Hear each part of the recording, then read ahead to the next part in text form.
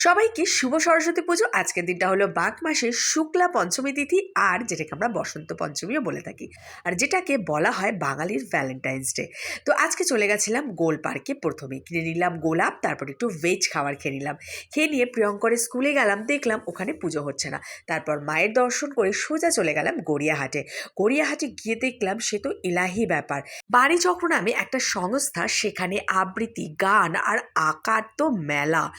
এত ছোট ছোট বাচ্চারা এত ট্যালেন্টেড, এত সুন্দর সুন্দর এঁকেছে তারা।